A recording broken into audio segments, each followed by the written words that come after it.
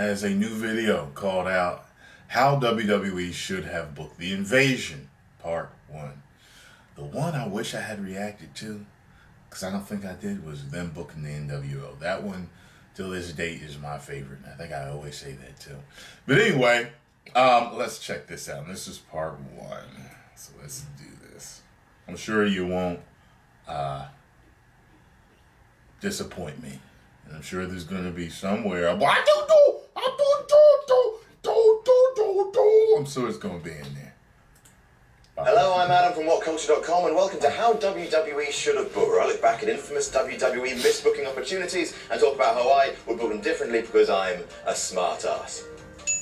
And better. Right, okay, so cards on the table. I'm a little nervous right now. We've teased this one for a while. We sort of doubled down on the whole hubris thing. And my gimmick is that I'm sort of smug. So if I fail at this, there's no coming back. There's no coming It'll back. still probably be better than Take me outside, how they did. Put a 2 in the back of my head and replace me with Pachuti. And some of you think you want that, but you don't. You don't. So by doing this video, I've sort of put a massive target on my back, but as long as nothing bad happens, we'll be fine. Let's do this. The invasion. It failed because of an over-reliance on villains that had nothing to do with the people invading, and a severe lack of star power, and I can do it better.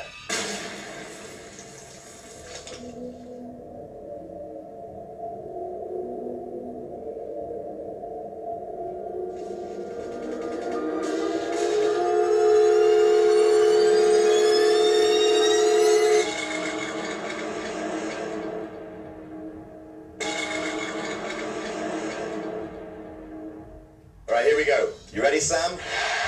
You're ready. First things first, no ECW. Sorry, guys. Now, I mean, RVD and Rhino, you guys can debut after WrestleMania X-Seven, but that's it. I know, it's a tough pill to take because people really like ECW, but you have to accept the fact that WWF just doesn't operate like ECW. And while it is good exposure, your presence is really complicating to the story. So here it is. No alliance, just WCW versus WWF. I'll explain that with the full name later. Secondly, I know a lot of the big players are out with big, fat contracts, but here's the thing. You can buy those contracts. You can buy them out. You can offer them enough money that they will come to work straight away. Now, that is a financial gamble, yes, and you can't do it with everyone, but you will have to do it with some people just off the off. And here's what I'm saying. Hogan, Goldberg. Hogan, Hall, and Nash. Those guys. Buy those contracts after WrestleMania, get them ready to come in at SummerSlam.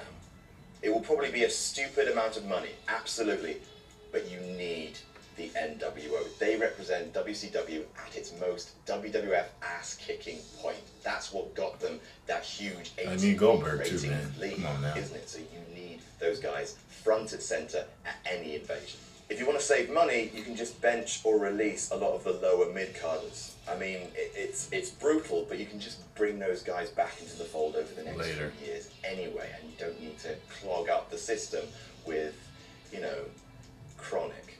So we start at WrestleMania X-Seven. Now we keep most of this the same. Shane still owns WCW. He bought that out from underneath his daddy, and that was a great moment.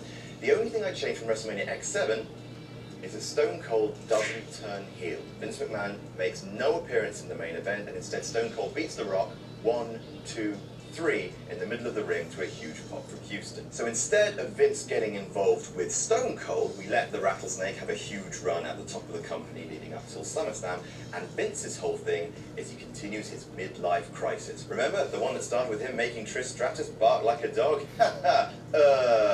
His new mission in life is to celebrate the fact that WWF is the only major wrestling company in America.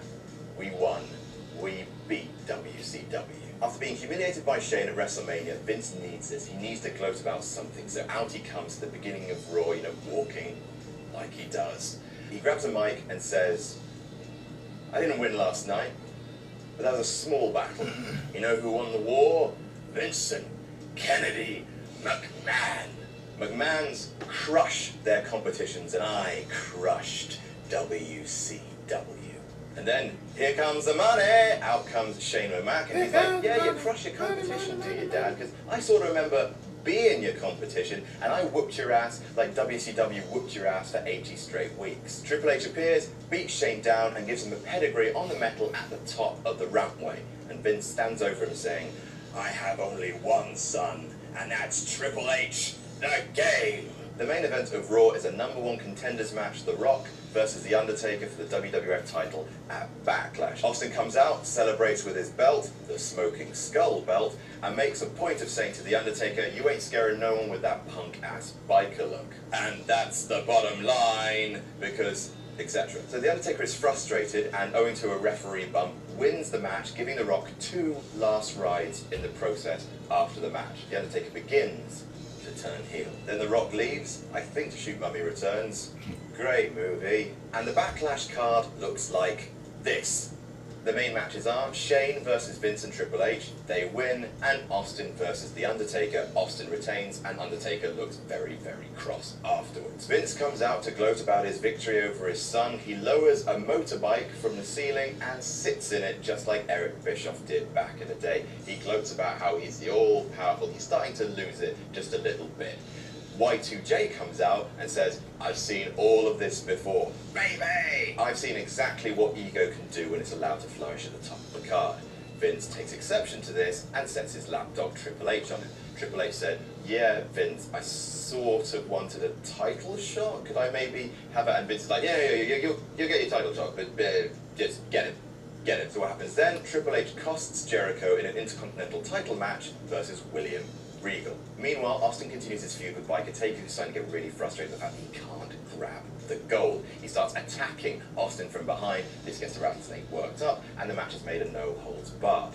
So the card for Judgment Day looks like this. Again, at the top of the card, Vince and Triple H versus Jericho. They win. Austin versus Undertaker, no-holds-barred. Austin, once again, retains. Out come Vince one more time. He's saying he's got a streak now, just like Goldberg did in that company, which I refuse to mention. He started wearing leather. He's really looking greasy and horrible. Jericho comes out, but he's once again attacked by Triple H. But this time, Chris Benoit comes out to make the save. Again, both ex-WCW guys. Vince tries to have these guys fired, but backstage won't have it. They threaten to walk out if they do. So it's made Vince and Triple H versus the WCW guys. Meanwhile, Undertaker has teamed up with Kane to help him get the gold that brought destruction. Kane is worried for the Undertaker's soul, but he agrees to lend a hand because, after all, they're family. The King of the Ring card looks like this. So we have Edge still win King of the Ring, and we have Austin again retain versus Kane versus Undertaker. Taker then attacks Kane after the match with a biker chain. We've got Vince and Triple H versus Chris Benoit and Chris Jericho in a cage match.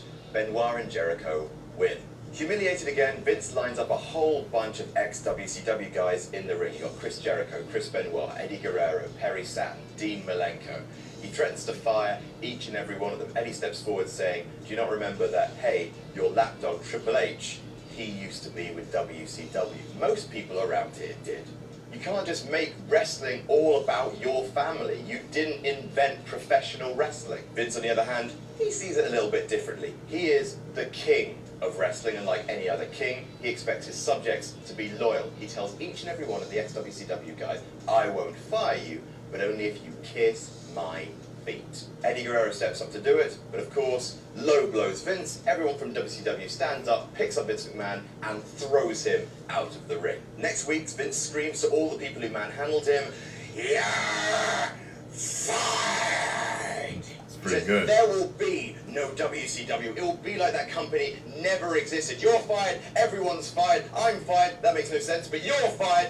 WCW never happened. And of course, what this angle's just doing is giving exposure to all these WCW guys, because we'll need them later. They're all fired, but they file a lawsuit against the company for unjust dismissal. Makes sense. In the end, a match is agreed to. Triple H, who's really starting to get annoyed at being in the middle of all of this, versus Eddie Guerrero. If Eddie wins, the WCW stars can come back. If not, they are all fired for good. Meanwhile, Edge cashes in a title shot owed to him by winning King of the Ring, which they just forgot about. And he's also been having problems with his brother, Christian.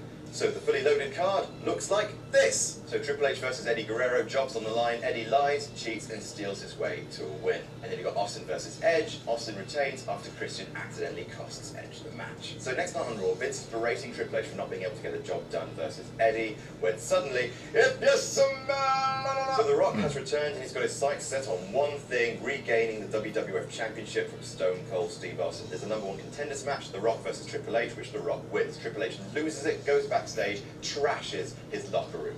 He's had enough. Vince decides to recruit the Big Show to help beat some manners into Triple H after all this time. You're no son of mine, says Vince the thick bastard. Kane and The Undertaker's rivalry, meantime, has gotten worse. Their brawls are just trashing backstage, and it's ruled there's only room for one Brother of Destruction in WWE. A Buried Alive match is sanctioned for SummerSlam. And that card looks like this. Triple H beats Vince and the Big Show. Kane beats The Undertaker, burying him alive, and The Undertaker vanishes from TV for a while. And then finally, The Rock versus Stone Cold Steve Austin in the main event. And those two guys are beating the absolute jimmy out of each other. They are clotheslining each other. Finally, they clothesline each other. Bang, they're down in the middle of the ring. Neither of them is moving. When suddenly, Scott Hall climbs over the barricade. Everyone's like, Scott Hall. Scott Hall looks at the ring, and then he's joined by Kevin Nash. Suddenly, they're rushed by security guards, and they beat down 5, 6, 7 security guards by themselves. They're all lying on the floor, and then suddenly, they do this. Out comes Hulk Hogan, and the NWO just stand there. Finally, Rock and Austin have got to their feet by this point. They're just looking at them, and then they rush the ring. Beat both men down. They beat up the announcers. They beat up the timekeeper. They beat up the referee. They tear the announce table apart. They spray WCW in the middle of the ring. And finally, out comes from the crowd Eric Bischoff. He looks around the ring, gives that smug old grin, you know, like I have. He grabs a shoulder camera, smacks Austin with it, and looks at it and says, "Did you think we were just going to go away, Vince?"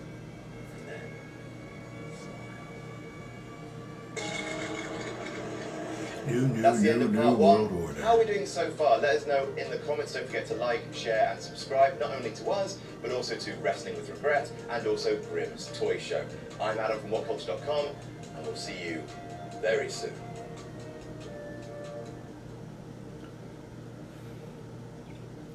You really captured my attention at the end there.